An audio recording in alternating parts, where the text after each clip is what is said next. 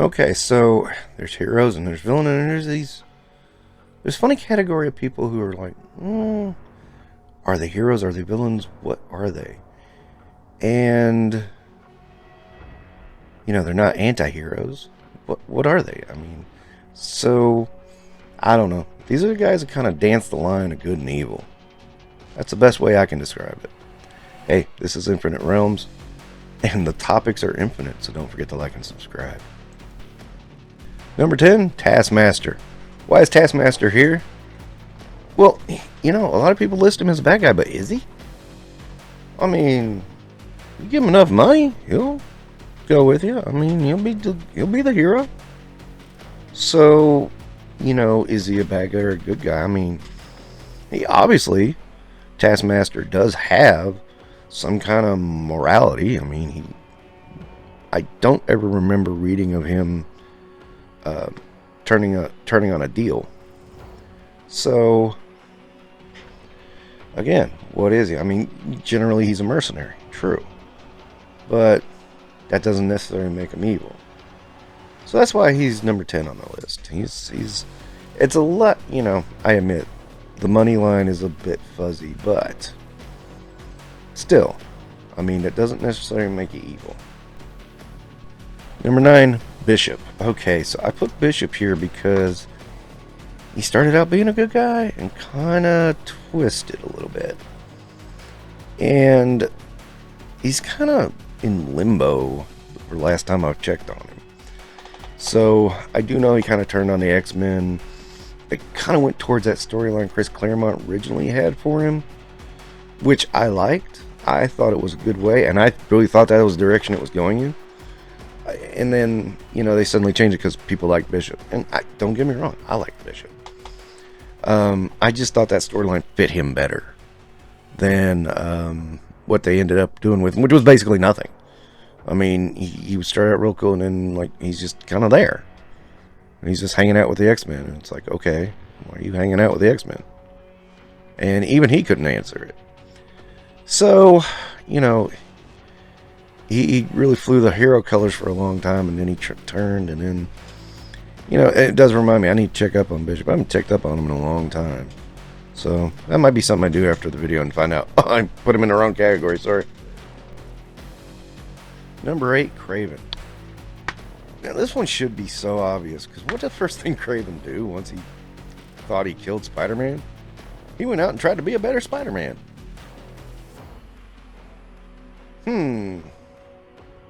That's a little weird. Yeah, and I know this got copied and reused with Doc Ock. I don't think quite as effective. To me, this was a really good story, and it's Kraven's final story, and I've always fought against Kraven coming back because of that. This is a great ending. Great ending to a villain, and really he's only a villain because he's attacking our hero. That's it. It seems like most of his existence, it's more about just being a hunter, and that's it.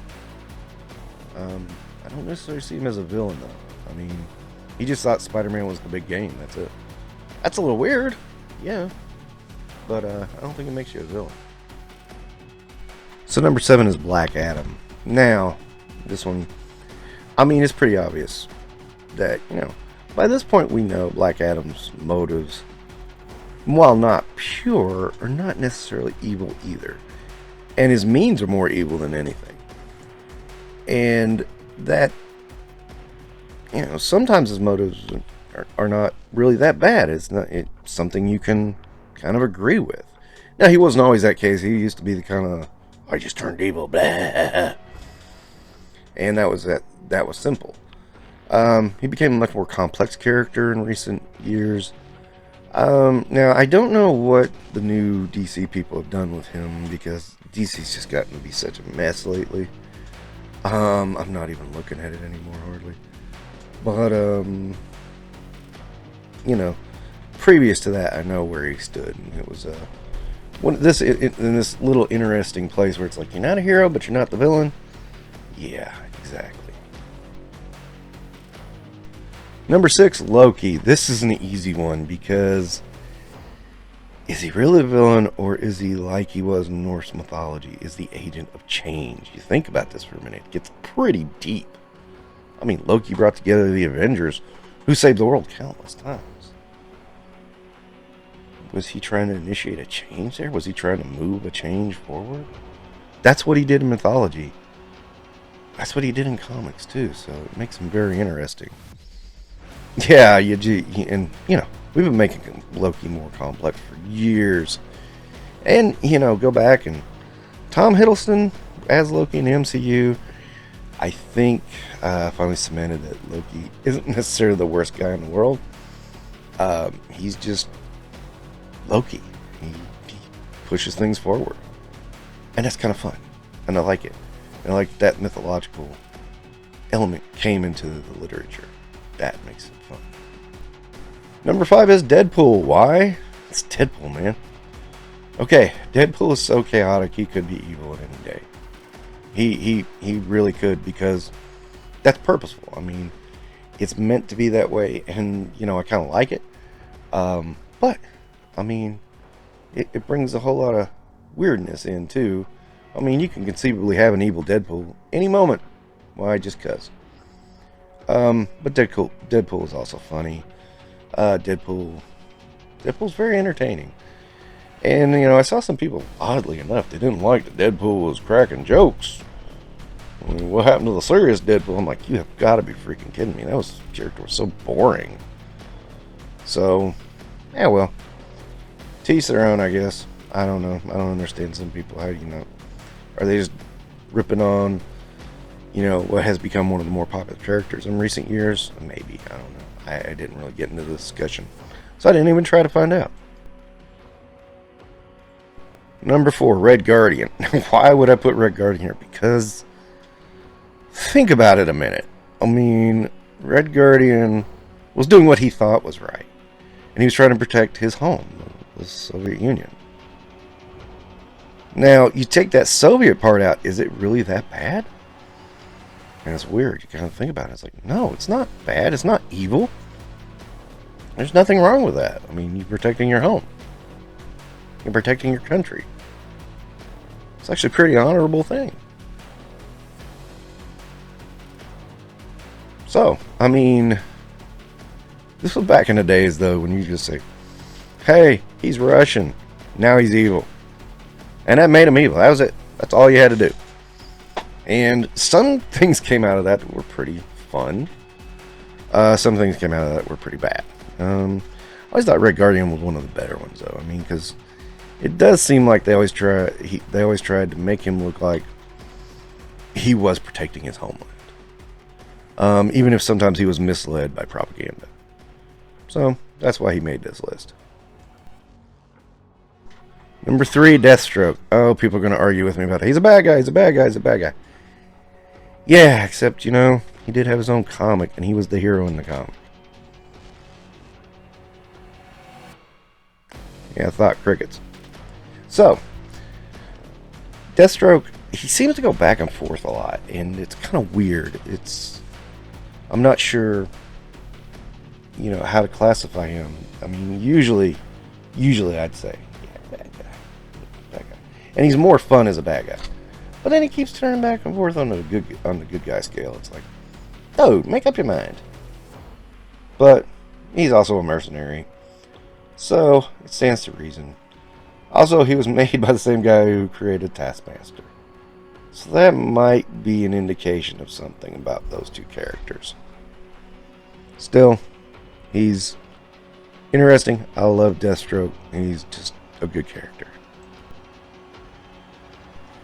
Number 2, Magneto. Simplest reason is you fully understand his point of view. Now, Magneto has went and done things that are totally evil to try to prove his point. But you know why he did it. He's just trying to protect his race, his people, mutants. And you get it. I mean, it's just simple. It's right there on the page. You don't have these question marks. Now, I always hated that point where, you know, we had this big, long thing with Magneto, and then he gets his redemption arc. right? And he goes put on trial, and everybody gives him a chance. And then, out of nowhere, Jim Lee wants him to be a bad guy. Okay, he's a bad guy. And it made no sense. It was a character flop moment. That led to some other stuff, but I mean, and the other stuff was good, but it was, to me, it was one of the biggest character flop moments ever. I'm not saying Magneto couldn't turn back to evil, but it just sort of, in that book, it just sort of happened. It was just there. And why did Claremont leave? I wonder why. Because they completely ignored everything he said. You know, I redeemed his character. And I can see why he'd be pissed. I'd have been pissed. You write this great thing, and then, like, boom, somebody comes along and says, "Yeah, I want it back the old way." Yeah, I'd be pissed too. Especially on a project you worked a decade on. You know these people by that point. Most writers don't stick on a book for a year. Maybe 2. You know, here's Claremont. What was he at? 12, 13, 14, 15 years? Something like that? And, like, you know, I want it to be this way. And they made it that way, and then it made no sense. And it's weird because this is the stuff a lot of people cheer for and herald now. This is my nostalgia because this is the cartoon show. Read the shit before that and read right into it. All the way right into it. Then talk to me. It's not that hard to do. Those books are easily accessible. And you might see something a little bit different. Just saying. So after that rant, let's get to number 1. Deadshot. Why is Deadshot my favorite kind of non-villain, hero, anti-hero, da-da-da-da. Deadshot has the easiest to understand motivation. He's a kid. There it is. I mean, Deadshot will do bad things for his kid. There's some lines he won't cross, but he will do bad things for his kid. And any parent in this world gets what Floyd's at right then. You know, he's all about his kid. That's it. He's trying to take care of her. He's trying to help her. And he's doing the best he can. And he just has this skill set that he has to use to make money. Pretty cut and dry. So, I mean, the best Deadshot stories always center around his daughter. I mean, let's just face that right now.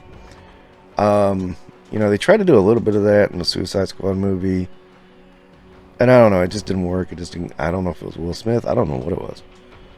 There was so much about that movie, though. I mean, it wasn't just one thing. But that was one element that I thought really killed the Suicide Squad movie. One of many. And some of them you had to watch it twice and go, wait a minute. What? Oh, God, that's awful. What am I thinking? So, that's why I listen to those guys that aren't heroes. They're not villains. They're not terrible. They're not good. They're not anti-heroes. They're just kind of there. I mean, they toe their own line of, you know, good or evil. And they're kind of fun for that reason. Alright, that is it for Infinite Realms. Don't forget to like and subscribe.